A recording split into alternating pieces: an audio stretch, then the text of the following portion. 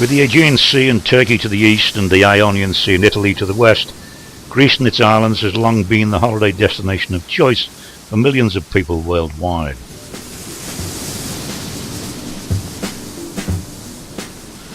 The Peloponnese, as the southern mainland is known, is considered to have the highest concentration of all things Greek, with the ancient name of the Piraeus because its coastal outline resembles that of the leaf of mulberry tree, rounded at the top with 3 long fingers south, complete with thumb to the east.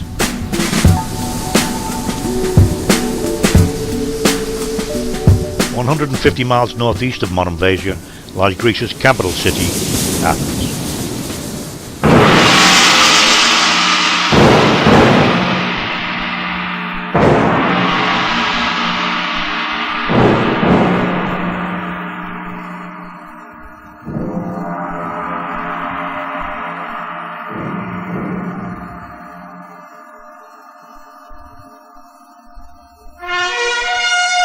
Despite a host of ancient and historical sites and artifacts Athens has to offer, there is nothing quite like the view of the city and its sprawl from the side of Mount Hermettos to the east.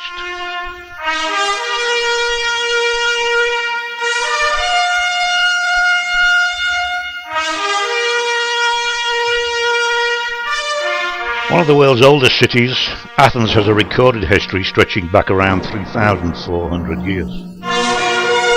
Widely considered as the cradle of Western civilization and the birthplace of democracy, the city has, according to the 2011 census, an official population of 655,780 permanent inhabitants and a ground area of 15 square miles.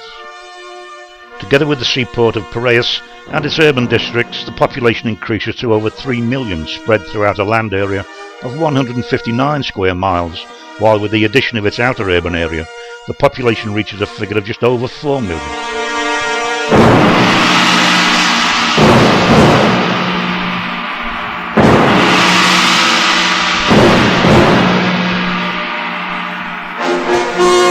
The archaeological record tells us that the oldest definable human presence on the site upon which today's Athens stands dates back to between 11,000 and 7,000 BC, while Athens itself has been continuously inhabited for at least 7,000 years. The concept of democracy was introduced to Greece and the world at large here in 508 BC, following widespread social unrest. The decades that followed became known as the Golden Age of Athenian democracy, during which time Athens became the leading city of ancient Greece, with its cultural achievements laying the foundations of Western civilization. What followed was a time of tumultuous activity, and following the Greek War of Independence, Athens was, in 1834, chosen to be the capital of the newly independent Greek state. At this time it was a town of modest size built around the foot of the Acropolis, upon which the Parthenon stands, and it was not until post-World War II that the population exploded, and community boundaries as a consequence gradually expanded. Athens today is the 4th most populated capital city of the European Union.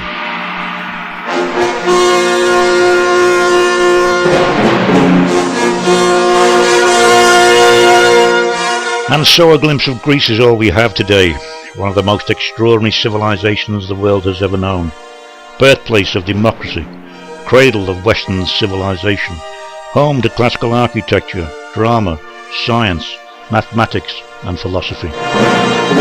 Its militaristic achievements for a time knew no bounds under the leadership of one of the most celebrated generals in history, Alexander the Great.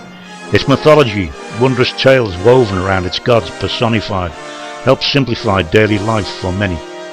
The Olympic Games have their origin here, an extraordinary modern-day legacy, irresistible and unique, and yet, as with all great civilizations, Greece also met its demise, and while historians point to changing times and fortunes, it is impossible to know just what it was that caused Greece to lose its grip, its lead, at the head of human endeavour.